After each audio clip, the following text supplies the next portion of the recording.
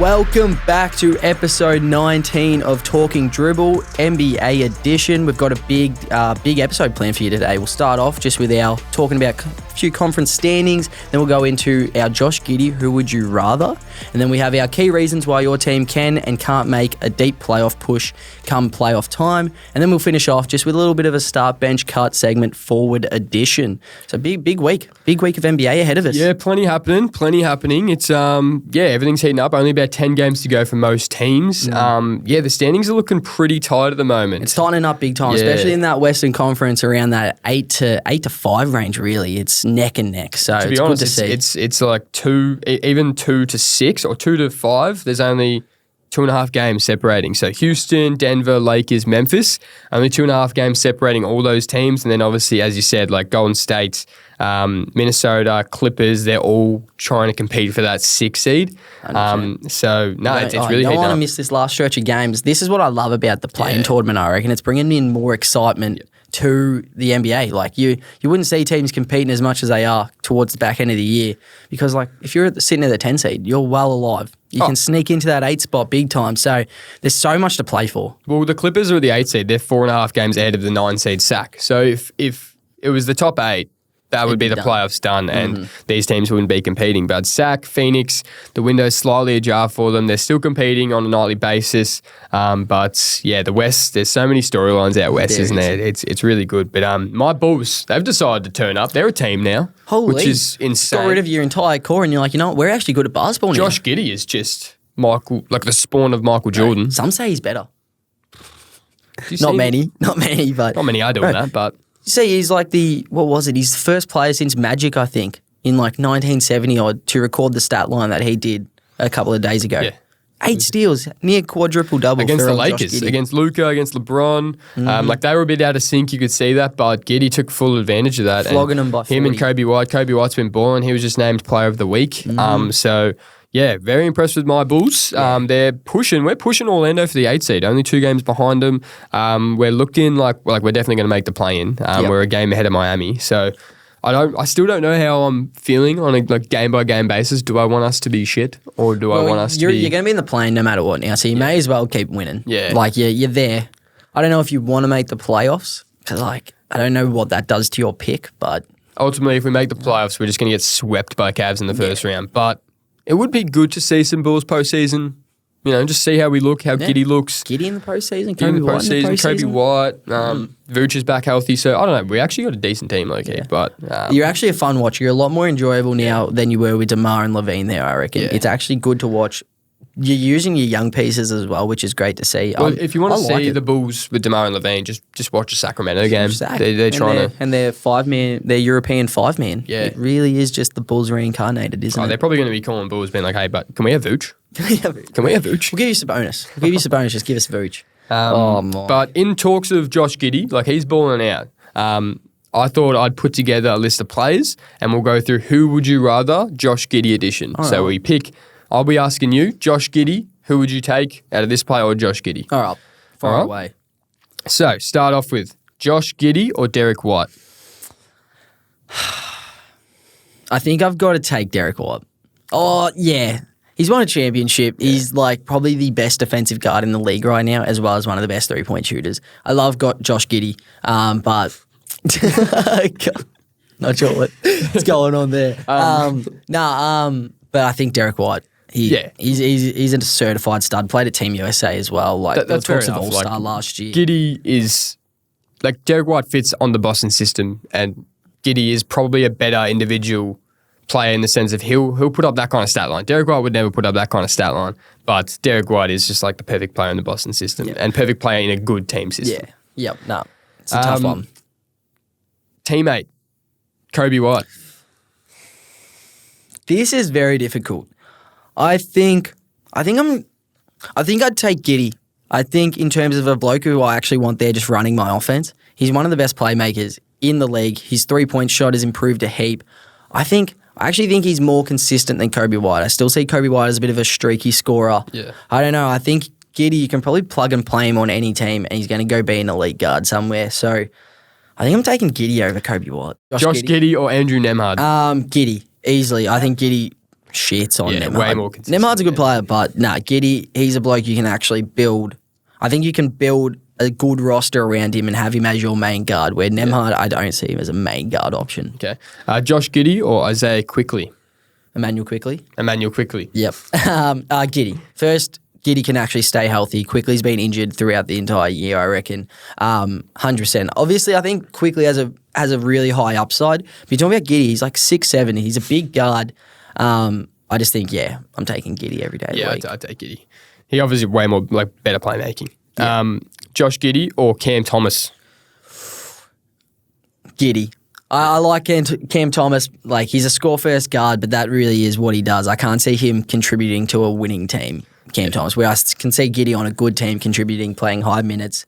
Like, he did that at OKC a bit last year. I can't see Cam Thomas being on a competitive team and playing high minutes and scoring at that level. Yeah, if you're going to get a bucket, Cam Thomas, absolutely. But for overall basketball, from a offensive perspective, like, Giddey's playmaking is insane. Cam Thomas hasn't shown that he can be a formidable playmaker at all in the NBA. Yeah. So I'll take Giddey. Josh Giddey or Jordan Poole? Bit of pool party action. Yeah. Oh, this is tough. Poole's won a championship, and he's like, there were talks he could be Finals MVP as well during that time. This one's tough. I think I'm taking Giddey again. Jordan Poole's just too inconsistent. I don't think he plays winning basketball as much anymore. Obviously, seeing him on the Wizards is tough, but he's super inconsistent. I just like the way Giddey plays. I think he plays a winning brand of basketball. And, I don't know. I love Jordan Poole, though, but... Yeah, they're both tough. They're both tough. They both have shown that they can be productive, but on have that level of production on winning teams. Neither have proven that they can do that. But from just, again, playmaking, he's 6'7", Josh Giddey. I think the ceiling for just Josh Giddey is so much higher. Yep. I think we've seen the best of Jordan Poole, honestly. Yep. I'd take Giddey. Yep, 100%. Josh Giddey or Fred VanVleet? This is a tough one because they're at two very different points in their career. VanVleet is a veteran. He's playing on a really good Houston team right now, and I think he's one of the key pieces on why they're so good. Yeah. He really keeps them together. When he got injured, they kind of scrambled out a bit. But I don't know. If I'm taking a bloke right now, I'm taking Giddey. I think he's a better player. He's a much better playmaker. I think the more he goes on, the older he gets, the more experience he grows. I think he's going to be a really, really smart player. Even so do you think Rockets would be better with Giddey instead of VanVleet? That's tough. I don't know. It's tough. VanVleet's a better defender, but he's an undersized guard as well. I don't know. It's a tough one. VanVleet just fits that identity of Houston big time, so I don't think they would be. But then I think Bulls would be a lot worse if they had VanVleet and didn't have Giddey. Yeah, I think you're right. So it's a bit of both. I think both of them just fit their teams perfectly. I think I'd take Giddey. Yeah, I'm taking Giddey. All right, and a few more. Josh Giddey or Austin Reeves? Yeah, I'm taking Reeves. I'm sorry, Reeves is a different breed. That bloke, he could be a 1-2 option on any other team. It's just that he's behind Luka and LeBron. But I think it shows volumes of how good Reeves is and how much respect he has from JJ, that you've got two of the best playmakers to ever touch the court, and you've got him running the one man half the time and setting up their offense. So I got to take Reeves. I think he's a special talent. Oh, that's valid call. Yeah, Reeves, he's really proven that he can just fit into that Lakers system, and he's his playmaking's insane, and he actually doesn't have as much of the ball as Giddey does in the Bulls offense. Yep. And he's way better scorer. Yeah, 100%. Okay, two more. Josh Giddey or Desmond Bane for the Grizzlies? This is tough. I think I'm taking Desmond Bane. He's a number 2 option on a really good Western Conference team. He's shown it for a while that if Jar's out, he can take over that offense and be one of the best scorers in the league. He's possibly one of the best shooters in the league. Not a big fan of him. I'm not going to lie.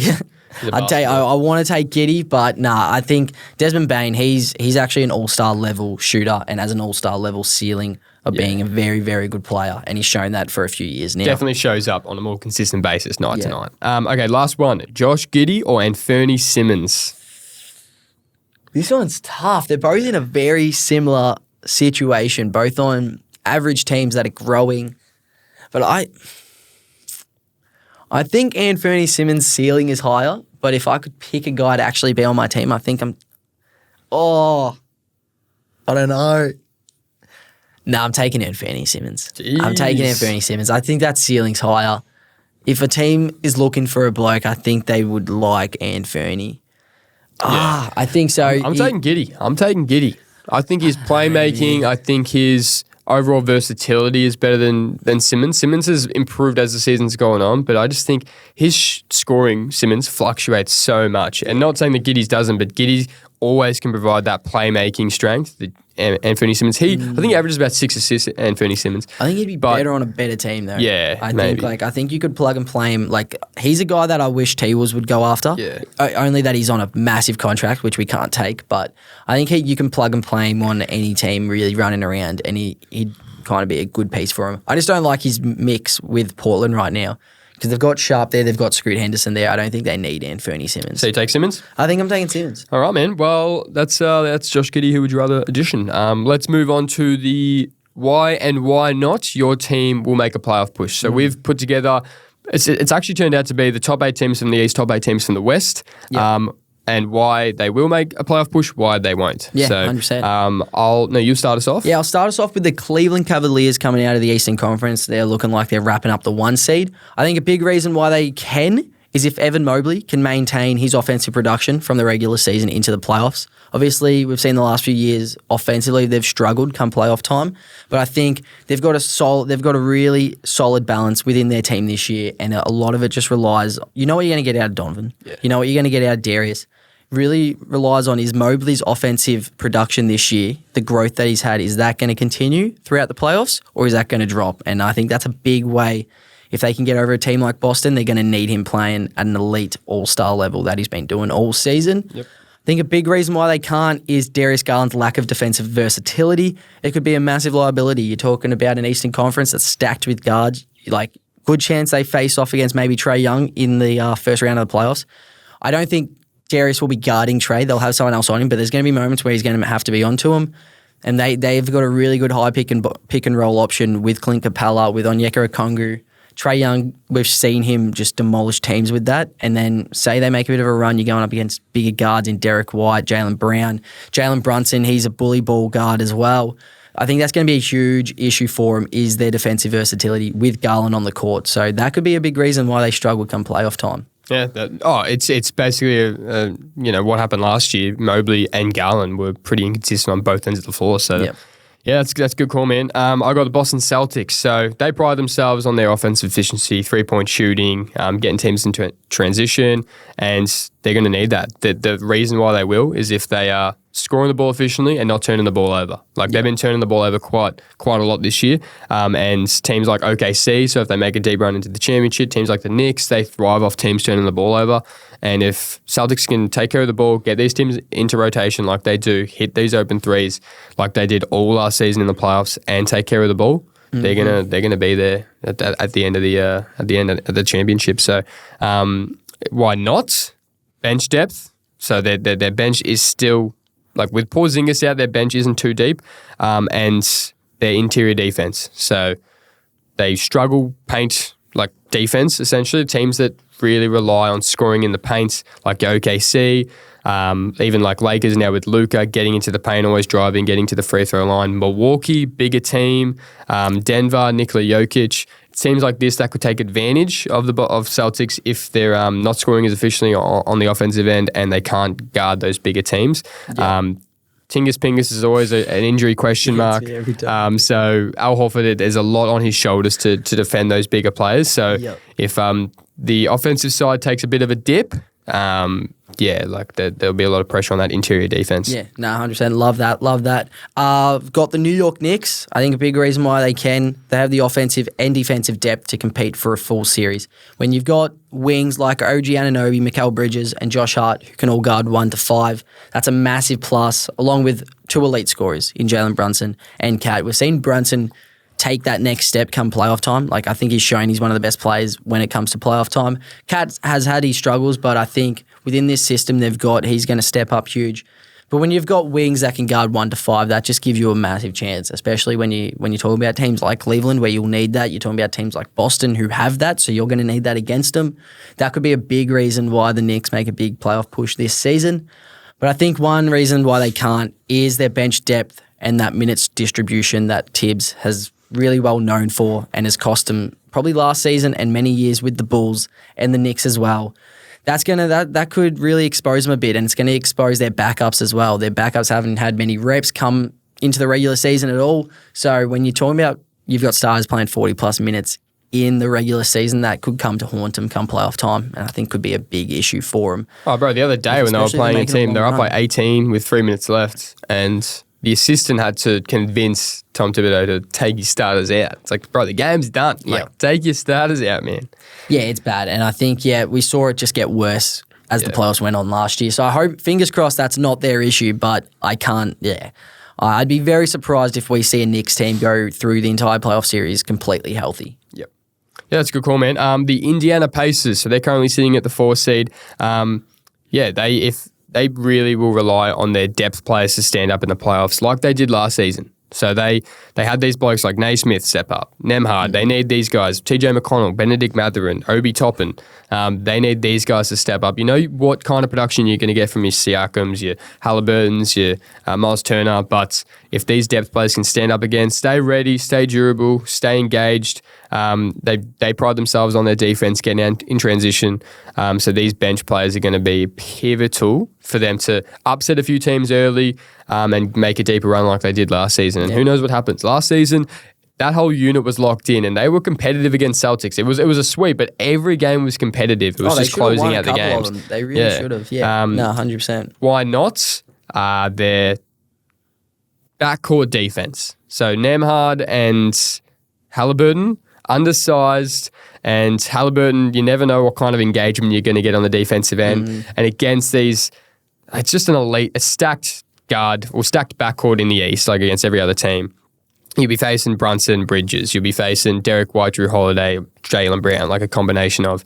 You'll be facing, like even Damian Lillard. And then if you somehow get into the West, which they probably won't make the championship, but there's just guards everywhere where you'll have to guard bigger players. And you're not really sure what kind of defensive engagement you're going to get from that backcourt, but they're definitely going to have to step up. But that's a big weakness on that end for the Pacers. Yeah, no, that is very true. Very true. The Milwaukee Bucks, why they arguably have the best 1-2 punch in the entire, definitely in the Eastern Conference, but maybe in the entire league. When you've got Damian Lillard and Giannis, that's a pretty unstoppable formula. And when you have the most dominant two-way player in the entire conference, that's going to give you a whole lot of breathing room to make a deep run come playoffs. No one will want to be facing this Milwaukee Bucks team, along with Dame, who provides elite floor spacing, one of the best shooters we've seen, and has a heap of playoff experience.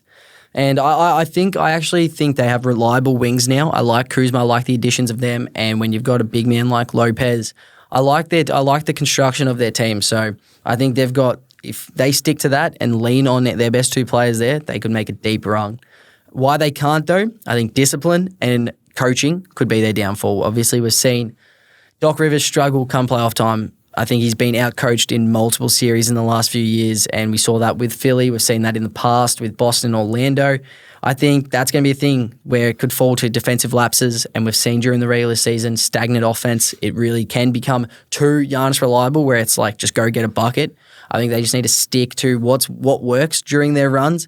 And then a big one as well is health. Giannis hasn't been healthy the last couple of playoff postseason runs. It cost him in the Indiana series last season. So if he can stay healthy, that's a big plus. But that is a big if. He hasn't been healthy the last few years. If they experience any injuries to Dame or Giannis, you can rule them out pretty much. Yeah. Oh, you just chucked the line through them last season. Yeah. Like everyone was out. Dame and Giannis in that Indiana series. They can't seem to stay healthy come playoff time, but hopefully they can. Detroit Pistons. So currently sitting at the 6th seed. Their identity is defense and getting out in transition. And so if they can get stops, and like in a playoff series, it's not as easy to force these teams to turn the ball over as much when you're playing that one team for 7 games essentially. And Knicks, not a high turnover team. They'll most likely play them in the first round. So Tibbs, he's massive on the details and he doesn't let his team turn it over too much. So Detroit, they need to get stops. They need to get out in transition, let Cade make decisions in transition and get these rhythm shooters like Tobias Harris, Malik Beasley, Dennis Schroeder, get into rhythm. But if they can't get stops, they're not going to get those easy points and in transition buckets, and that'll be hard for them to score in a 5-on-5 offense because they just haven't proven that they can do that consistently, especially in the playoffs. It gets harder. Why not? the offensive limitations. They're so Cade Cunningham reliant. It could get to a point where, their 3-point shooting isn't great. They haven't got too many consistent scorers. When Tobias Harris is like your third, fourth option, that's never good. We've seen that in Philly. Yeah, definitely not a recipe for success. No, Dennis Schroeder could be a godsend for them if he steps up in the playoffs, like a backup point that they desperately needed. But they don't have too much consistent offensive production behind Cade Cunningham, and they're going to rely on a big workload from him, and that could underpin them against a team that has, like the Knicks, they've got 4 or 5 pure scorers. Yeah. So this feels like I think we can all agree Pistons are still a couple of years away, but this is just a great, massive step for the Pistons. So you just expect they get a bit of taste of the playoff experience, bit of postseason for them, and then hopefully the next few years, that's when they really start taking that major leap into top of the Eastern Conference. That's it. No, I love that. I've got the Atlanta Hawks. I think why they can. Trae Young has already shown he can rise to the occasion. He did it.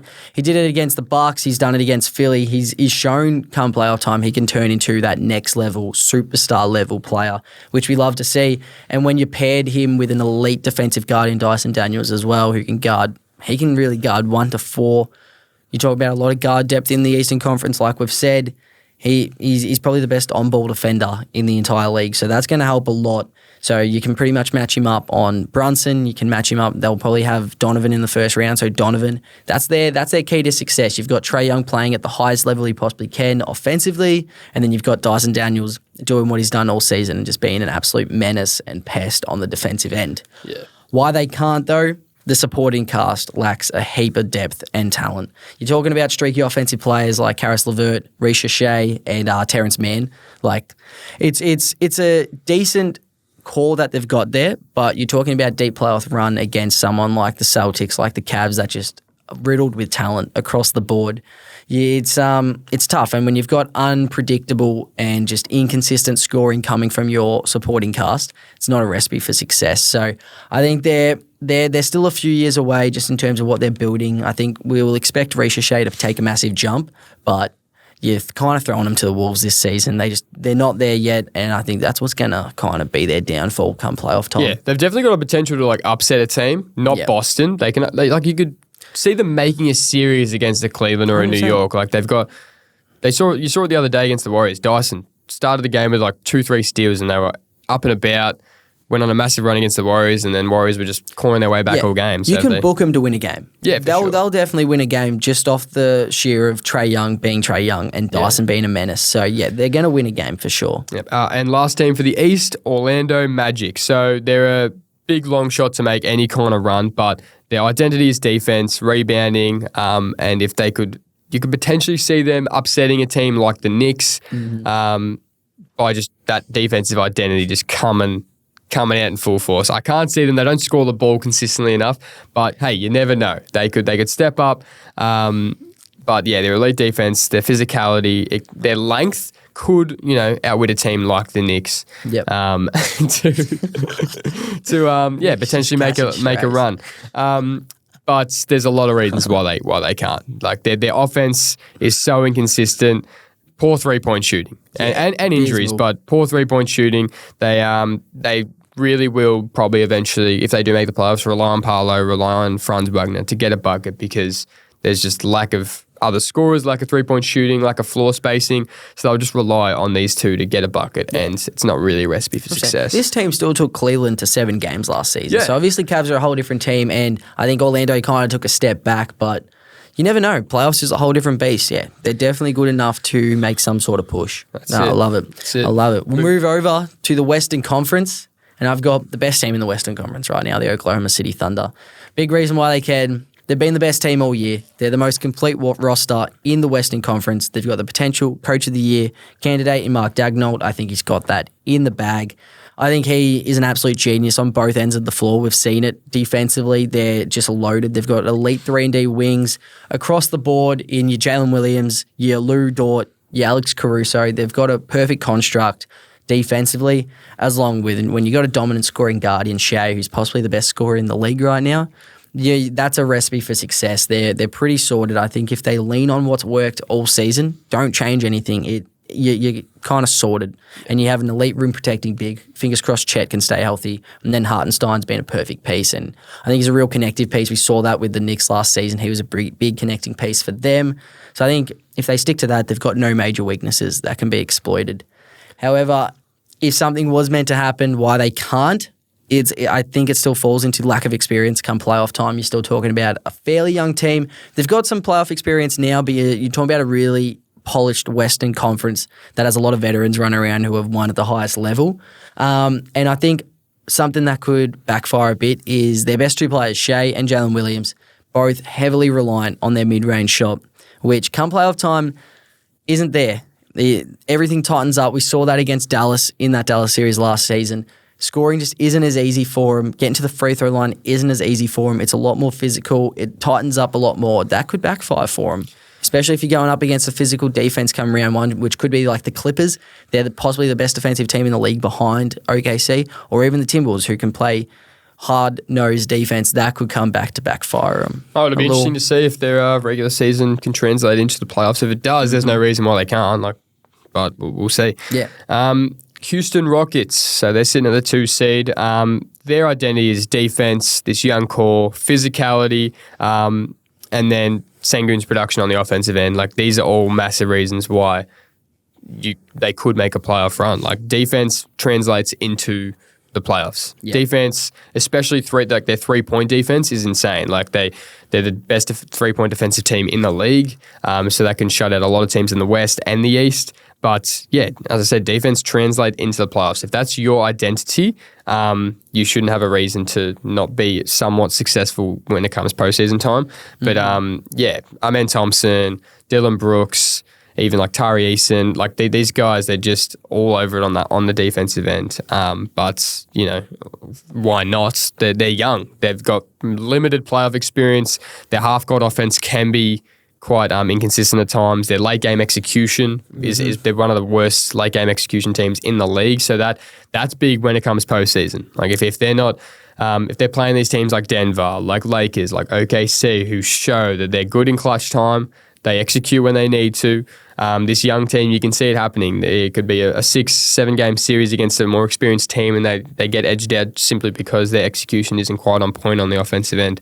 But yeah, we'll see. Will Sengun's production be able to translate into the playoffs when most teams are more engaged defensively? Yeah. Will he have baby Jokic numbers or will he have Rudy Gobert numbers? Will he have Rudy Gobert numbers? We don't know. So, but they're definitely one to watch. Houston. A lot of teams, a lot of people are thinking that they're probably going to crash out in the first round to a more experienced Timberwolves, a more experienced Clippers, or Warriors, or a Lakers if they somehow fall to the 7. But yeah, we'll see, man. It can happen. I understand. Move on to the 3rd seed in the West currently is the Denver Nuggets. I think why they can, we know this, they have the best player in the league in Nikola Jokic.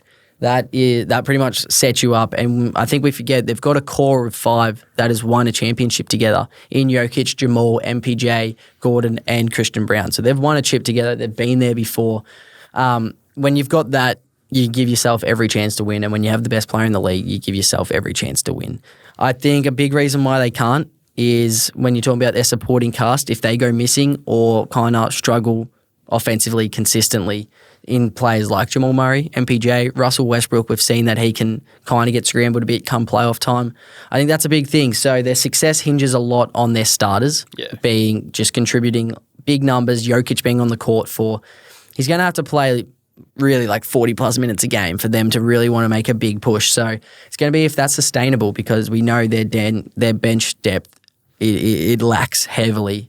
So it's heavily reliant on their starters. I think matchup dependent as well. If they get a team like the Minnesota Timberwolves, we've shown we're a bad matchup for them defensively. Naz Reid, Julius, Rudy, throwing them at Jokic has seemed to work. So I think that's a big factor. But then say they get teams like the Warriors, I really like what they could do against the Warriors. So it's really matchup dependent and heavily relies on what Jokic is going to bring, which we know he's going to be elite. But then Jamal Murray, are we going to see playoff Jamal or are we going to see regular season Jamal? It really just depends on that. If they play the Lakers, we know what kind of Jamal they're going to get. He just turns up against the Lakers. Speaking of the Lakers, why the Lakers can win or why they can make a push, Luka and LeBron James. Do we need to say any more? If they are healthy, this duo could potentially be like unstoppable come playoff time. In terms of offensive execution, closing out games, just IQ, shot making, LBJ, Luka Doncic, and even throw in Austin Reeves in there. Like who's beating this team 4 times? Yeah. Like it's going to be incredibly difficult if this team's healthy. Their depth is insane, but no, we'll see. And why not? LeBron James, health, durability. If he's out, they're cooked. Like we've seen that.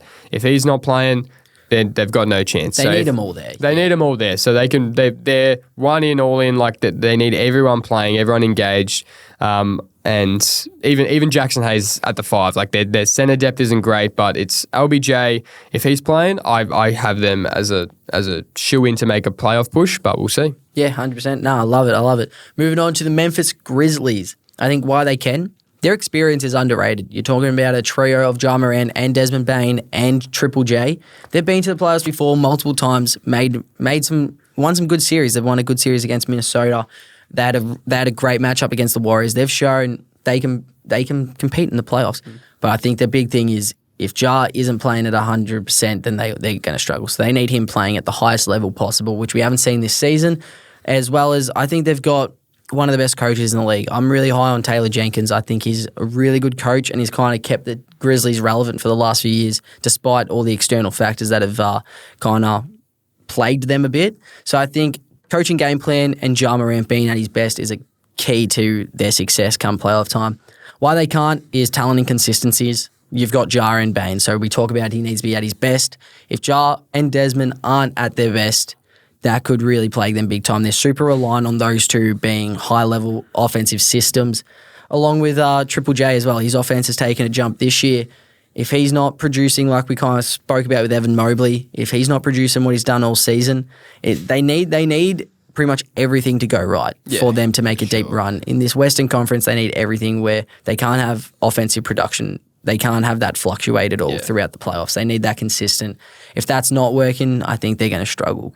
They're going to struggle making a deep run. It's valid, man. It's valid. I got the Golden State Warriors. So they're a bit of an unknown. We're not sure how they're going to look playoff time, but their roster depth is insane. They're the deepest team in the league without a doubt. If their bench is turning up like it is since Jimmy's arrived, I would not want to be playing them. Like they are seriously looking scary. Jimmy, Draymond, Steph, like 3 veterans would you rather have? Like they're amazing leaders, all 3 of them, and it'll be interesting to see how that kind of translates into the playoffs. But Steph, Jimmy, Draymond, and the Warriors' depth. Yeah, bro. That you'd hate to be Houston and play them first round. Like you would. Yeah. But they got so much offensive firepower. So if they stay healthy, sky's the limit for this team. Why not? Their inconsistent defense, especially their rim protection. Like there's Quinn and Post there, and there's Kevon Looney, but they're not too great. Like actual rim protectors. So teams like Denver, teams like OKC, if they get them early, you can ride them off in the first round. I don't think they can beat those teams early in the playoffs. So they're very matchup dependent, the Warriors. So as deep as they are, if they come up against a team who just score so heavy in the paint, season's out for the Warriors. So very true. That is very true. Moving on to the Los Angeles Clippers. I think why they can. They just got to lean on their defensive identity. It's what's gotten them so far this season. It's what got them off to such a hot start this season. It's their biggest strength, and they really need to lean on that when you've got a lead defensive player across the board in Kawhi. Chris Dunn has been huge. Derek Jones Jr., huge. Zubac down back, huge. So they really need to lean on that. That's their identity. Don't go away from that. Why they can't is health and offensive inconsistencies. So obviously, when you've got someone like Kawhi Leonard on your team, you are backing in that he can stay healthy, which he hasn't, and which I don't think we expect him to. I don't expect him to be there for every game come playoff time.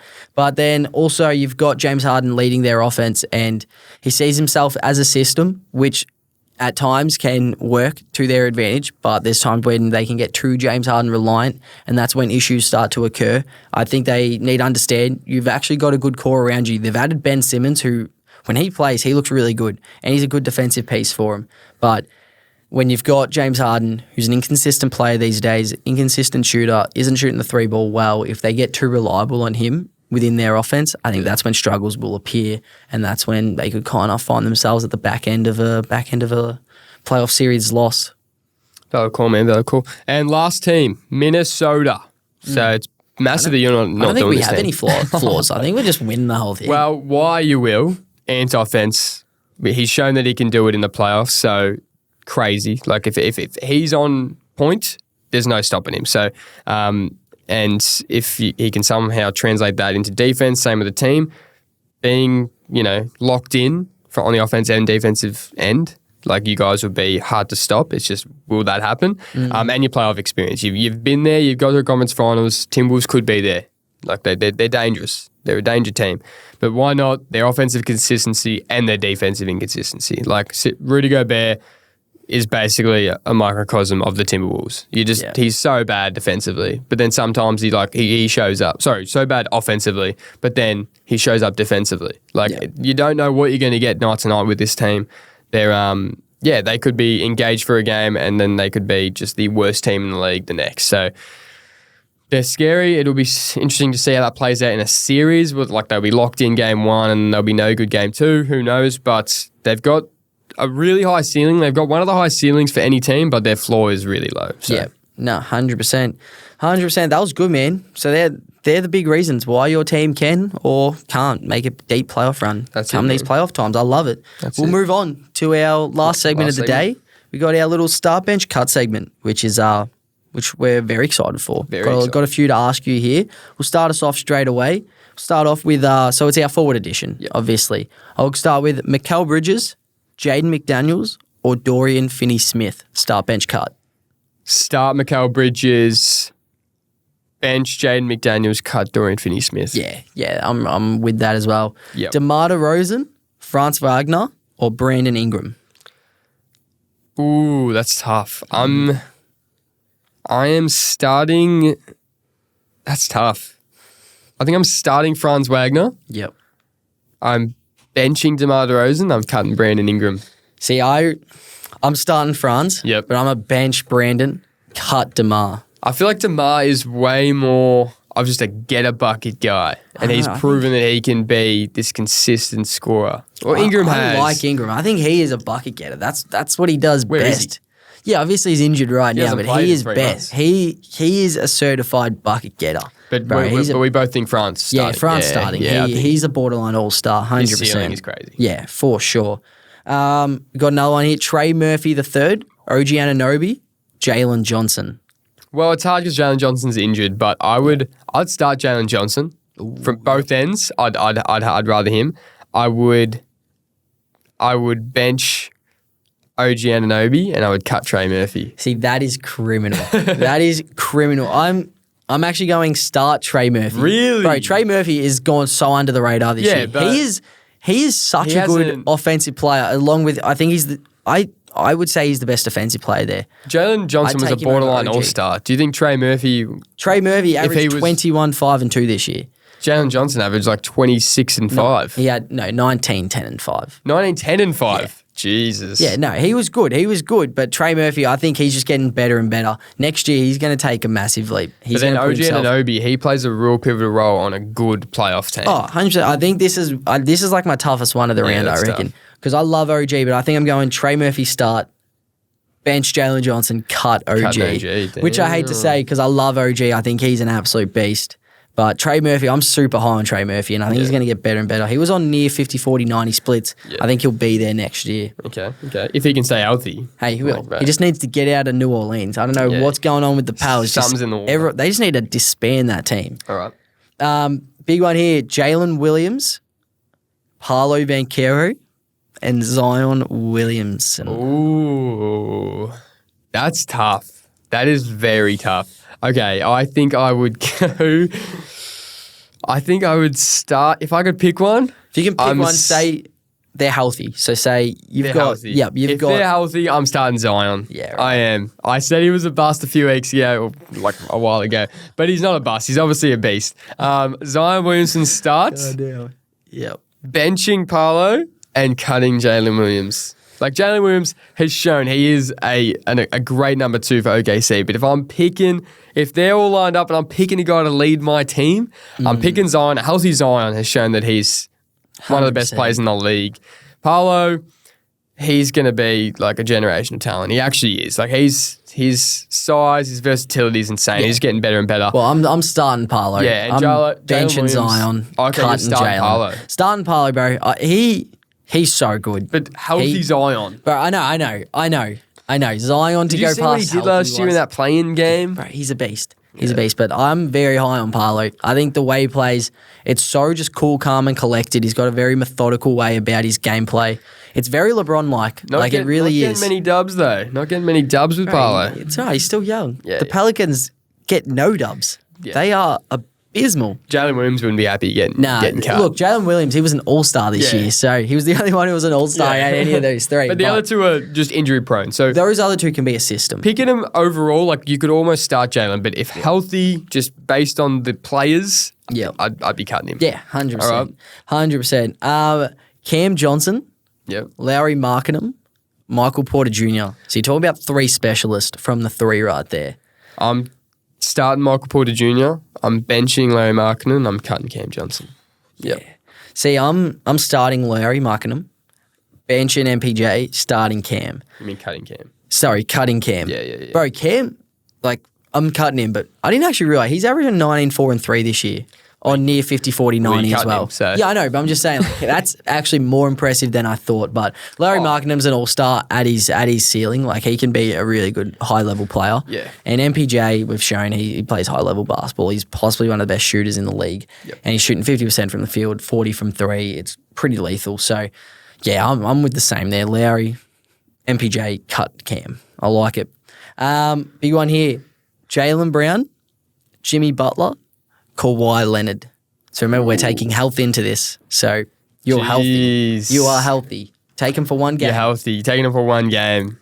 I'm starting healthy. Healthy, I'm starting Kawhi Leonard. Yeah. I'm benching Jimmy Butler and I'm cutting Jaylen Brown. I'm cutting him. Yeah. At this point in their career, I'm starting Jimmy, benching Jaylen Brown, cutting Kawhi. That's so bad. Kawhi That's so bad. is actually not even playing well right now. Are you kidding? He's averaging 26 points in his last 8 games. His shooting is abysmal. His shooting? Yeah. Have you been watching it? Yes. He's balling out. Nah, bro. Jaylen Brown. Kawhi Leonard. Bro. Kawhi Leonard, he can't stay healthy. But you're saying start bench cut if healthy, Kawhi Leonard is way better than both of those two. No. I know Kawhi he's doing somewhat well, but nah. I'm sorry. If you actually watch the game, Jaylen Brown is a better player right now than Kawhi Leonard. Leonard's a top 10 player if he's healthy. He has no explosiveness to him Kawhi anymore. is a top 10 player if he's healthy. If he played every game, if he played all 82 games, are you saying you'd rather Jaylen Brown than Jimmy Jimmy Butler than Kawhi Leonard? Game. I'm taking Jaylen Brown. I'm taking Jaylen Brown, but Jimmy obviously is starting. If you had a game 7, would you say, I want Jaylen Brown or Jimmy Butler instead of a Kawhi? No chance. Yeah, Jimmy Butler. No chance. Jimmy Butler. Nah. What are you talking about? Kawhi Leonard is like the clutchest player. Yeah, he's one of the clutchest players. Not right now. Okay. Bro, Kawhi, he's not what he used to be. We're talking right now. He is not the player. Now. Yeah, he's not the player that he was. All right. He's got no explosiveness to him anymore. Okay, how many more you got there? We got one more. Okay, one more. All right, we've got... Oh, wait, sorry, two more. Okay, two more, okay? We have Scotty Barnes, Yep. Evan Mobley, Jaren Jackson Jr. Ooh, that's tough. I'm starting Evan Mobley. Mm-hmm. I'm benching Jaren Jackson Jr. and I'm cutting Scotty Barnes. Yeah, I'm the exact same. I don't see the hype around Scotty Barnes. Yep. I know he's in Toronto, like you don't get to watch much of him and stuff, but I don't actually rate him overly much compared to these guys. Definitely hasn't taken the jump off what he would this season. Yeah, 100%. And then the big one, LeBron James, Kevin Durant, Jason Tatum. Ooh, okay. I am starting LeBron. I'm benching Jason Tatum and I'm cutting KD. Bro, that's literally what I did. Really? I thought you were going to start. I thought you were going to bench KD. So I was like, could be onto something here, but I'm benching Tatum as well. KD, Tatum's a better player right now. I think Tatum is probably the most underrated superstar in the league. Yeah, he gets a lot of hate because people think he's not like the core superstar. Like if you see Shea and Ant do something, people love it. If they see Tatum do it, they hate on him. This season, he's actually taken that jump where he's closer to the names of Shea, of Jokic and stuff than he is to even like the Anthony Edwards and stuff. He's gaining ground on them. Oh, his aura level he'd be cut if it was an aura question. His dad just won an NBL championship. I think he's got more aura than Tatum does right now. But Tatum, I'd be picking him over KD. We're seeing what KD's doing. He's balling out individually, but he's not leading his Phoenix team. So. Tatum wins. He's shown from day one. I know he's had a good system and stuff, but he's shown since day one he wins. Basically made a conference final every year. Yeah, so. 100%. But then obviously our glorious king is sitting at the starting spot. That wasn't even a question. Yeah. You can't be benching my sunshine. It was basically just bench or cut. Bro, jump on Brontify right now. Yeah. Brontify's popping off. Man. Bro, I love it. All right, well, that's episode 19 done. Almost 20 eps in. That's crazy. A Reeves and then LeBron. The real big three. They trade away AD because they need a change. Sorry, that's our ep done. Thanks for tuning in as always. Catch us on Spotify, Apple Podcasts, or watch the whole version on YouTube if you want to look at our lids. Watch for clips on X, TikTok, Facebook, Instagram, all those fun things. So, 100%. and give us a rating review. That helps us out, helps us get, noticed and stuff. So. Big stuff. But thanks so much for tuning in. And till next time, we out.